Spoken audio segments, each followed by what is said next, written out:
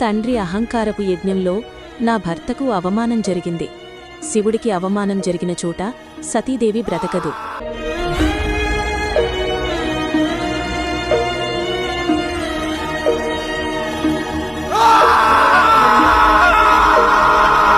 వెళ్ళు వీరభద్ర, వెళ్ళి ఆ దక్షుడి అహంకారాన్ని అంతంచేయి.